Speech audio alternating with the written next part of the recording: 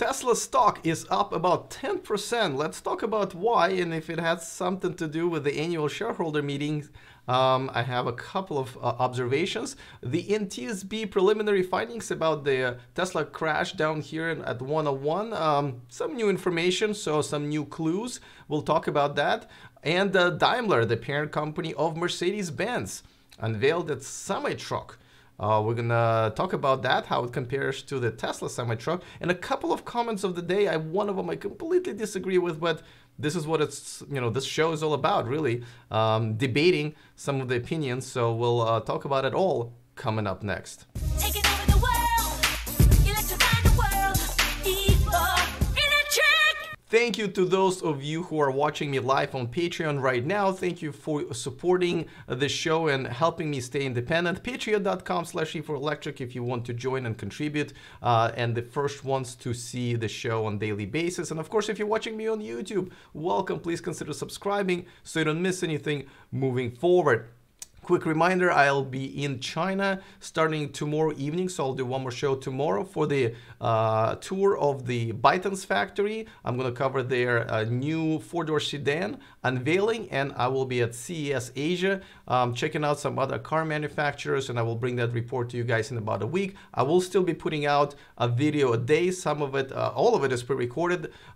This coming Saturday, the interview with Joe, the owner of OC Detailing. A lot of Tesla owners are familiar with that shop, so that should be fun. All right, let's talk about the Tesla stock. Now, I don't usually talk about Tesla stock because, it's stock, it's up and down and so forth. But it's funny how it actually follows Elon's attitude, right? Because I think most people agree that Tesla stock is kind of, overvalued, whatever you call it. It's kind of mainly people who invest money, they believe in the future, and therefore in Elon Musk and the vision of the company. Well, it's funny how when Elon Musk was doing the Q1 conference call and, hanging up on reporters and acting, a lot of us thought was odd at the very least.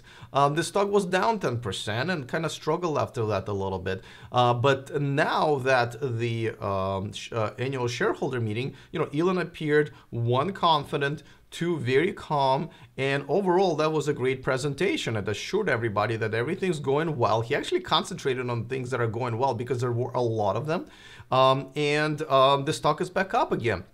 And it's not the best, of course, indication of how the company is doing, but nevertheless, maybe a little bit of a lesson to Elon to, maybe control his emotions, maybe just be a little bit more calm and understand that a lot of our confidence, well, I shouldn't say our, a lot of investor confidence, but a lot of our consumer confidence in those of those people who are just enthusiasts of the brand and of the electric car movement kind of depends on his attitude and his presentation. So I really, really hope that. I really liked what he did. So that's it's good to see. And of course, he promised, some really tough times for short sellers, and I believe they're feeling the pain right now. So feeling the burn, I guess.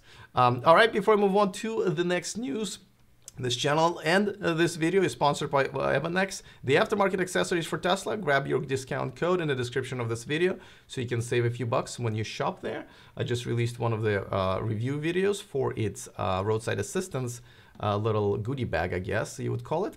Check it out. All right, let's talk about the preliminary report that was just put out by NTSB. They're investigating the crash that happened a couple of months ago, I think, or so. Kind of lost track of time here on 101.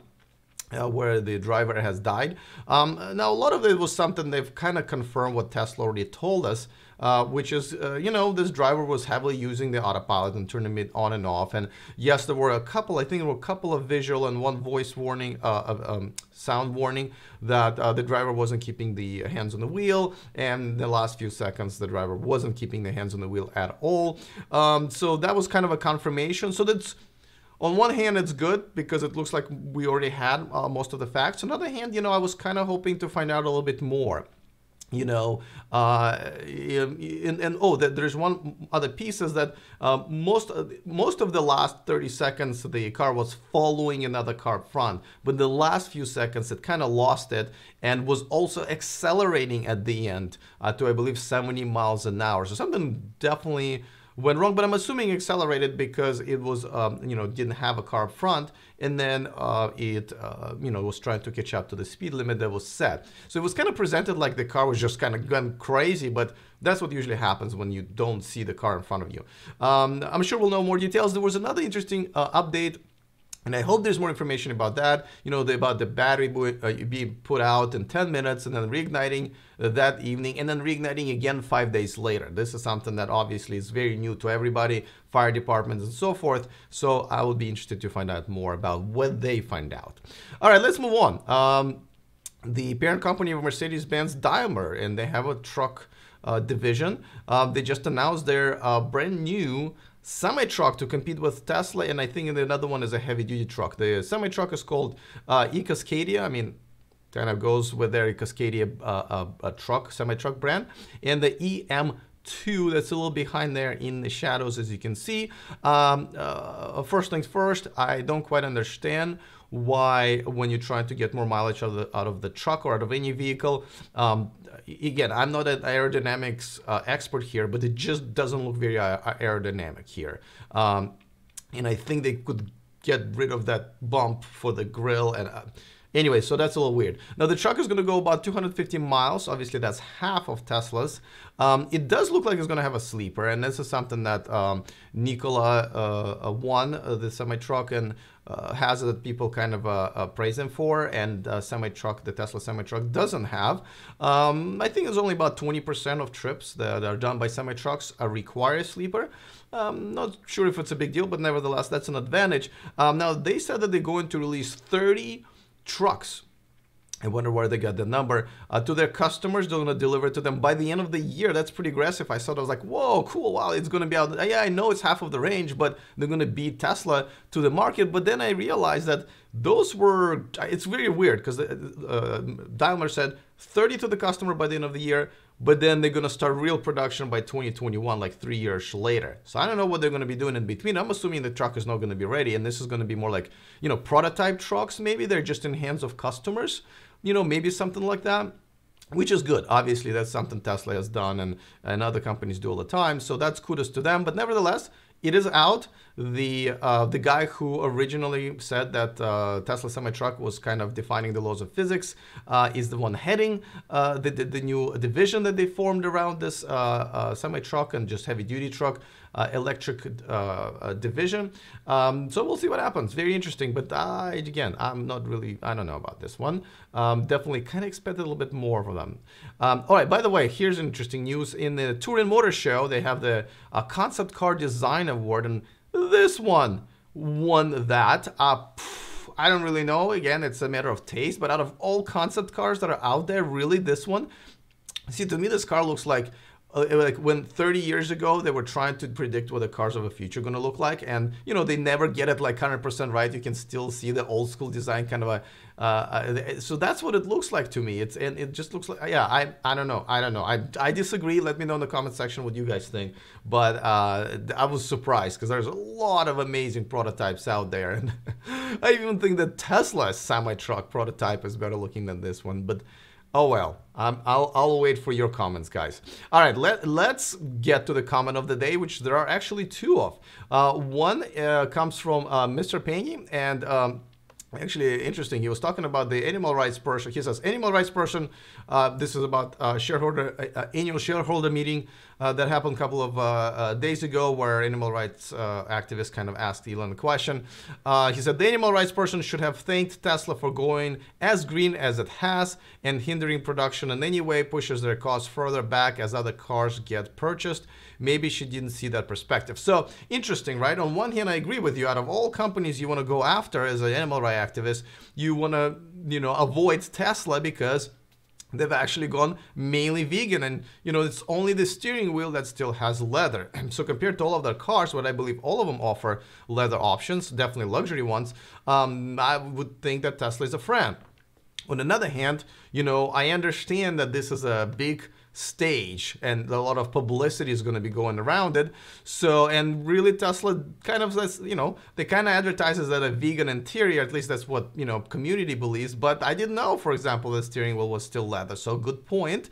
And that also created a discussion. But yes, and I'm pretty sure she's aware of that. I mean, I'm sure they understand that Tesla has done way more than other car manufacturers. So, but I thought it was a very interesting comment. I forgot to touch on this, so thank you for reminding me. Now, let's talk about the second comment of the day. And as always, this one not necessarily friendly, but it comes from Punto de Vista. He or she says, you probably would have 10 times more subscriptions without that critical attitude to Elon you have. It feels like a person that doesn't like dogs doing a series of videos about training dogs. Two things. First of all, absolutely agree. I would have more subscribers if I would be, ignoring any negative analysis or anything negative that Elon Musk does or says. And probably not by 10 times, but, a bit more, probably maybe a few thousand maybe. But the whole point of the community that I wanted to grow around this channel are not people who are, as I call, Tesla sheep, who just want to hear nothing but great about Elon and never hear anything bad, and don't even admit that there's anything bad. I wanted people who would watch the show to have kind of a critical thinking hats on and be open to the fact that no one's perfect, and when Elon Musk says something, it's, not always good for him or the company. The reason I criticize Elon Musk is not because I don't like him. I actually like him a lot. Love the guy. As a matter of fact, in the next week, you will see I'll post a video about how I'm torn sometimes between my love for him and my what the hell's going on type of attitude that I have towards some of the stuff that he says. So, no, I am perfectly fine having a smaller, subscription base, but staying true to being, a very balanced, hopefully, as balanced as I can, and a dependent observer of what's going on in the electric car community. I strongly do believe that sometimes, and, I just did a story about the stock that went down when he was being a bit of a child, what I thought, and went up when he was being a professional and a leader. So I think I was right there. And that's okay, by the way. I don't mind. People can disagree with me, and this is why I'm featuring your comment right now. And I've featured many other comments of disagreement and had guests. Because this show is about a debate, about the conversation, not about kissing Elon's butt or catering to what we call Tesla sheep people who just want to inject their veins with, this positive Elon Musk is a king kind of energy. So that's why. Now, I completely disagree with your horrible, horrible analogy when you say it feels like a person that doesn't like dogs doing a series of videos about training dogs. I think a better analogy would be it feels like a person who doesn't like dog fighting rings doing a series on dog training. Because, when Elon Musk says something that's damaging to him or Tesla, it's damaging to all of us, to all of our community and the progress, right? When he says something about Tesla crashes that might have some merit, instead of defending it with facts and stuff like that, going after the journalists or in TSB, creates now, like right now, more people fear the, self-driving cars and even Tesla sometimes than before, because I thought he could have handled it better. Anyway, listen, thank you for your comment, but I'm sorry, I'm okay with people unsubscribing because they believe that I'm not a Tesla sheep. That's perfectly fine. But those of you who are watching, thank you for, not always agreeing with me, but still, seeing what I have to say and contributing your voice in the comment section, which, as you can see, I like to feature. I like the debate. Anyway, thank you so much for that comment. Appreciate it. Always like talking about it. Again, video coming up about that. But that's it from me. Thanks so much for watching. One more show tomorrow at 11 a.m. live on Patreon, and then, of course, on Facebook before I go to my trip to China and bring you a lot of great footage. Follow me in the community tab section and on Patreon when I'll be posting pictures as I'm there, and then I'll go live back again the week after that. See you guys next time, and remember to stay charged.